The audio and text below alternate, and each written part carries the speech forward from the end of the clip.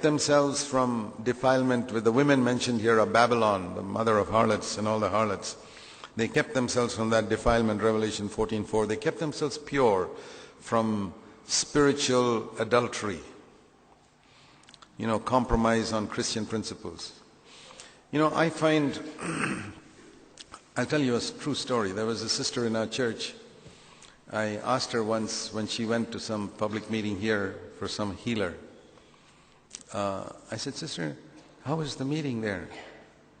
She said, "Yeah, they said the same things that we preach in the church." "Oh," I said, "good." Immediately I knew her spiritual condition, just with one sentence. She went to a healing meeting and she felt they were speaking the same thing we were saying in the church. I didn't argue with her. I said, "Okay." Sometimes with one sentence, you can find out a person's spiritual condition.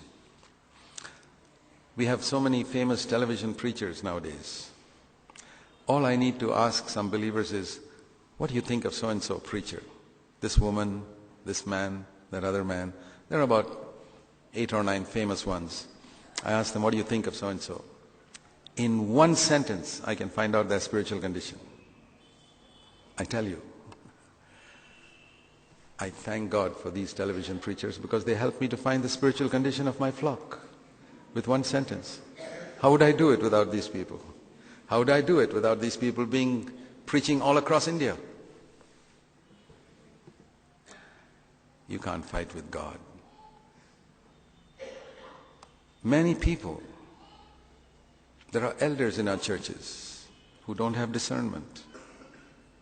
They're taken up with good preaching and can't taste the spirit of a person. Many years ago, these people, this 144,000, they were not defiled with the spirit of Babylon. The women mentioned here are later on mentioned in chapter 17 as the harlot and her daughters. There are many of them.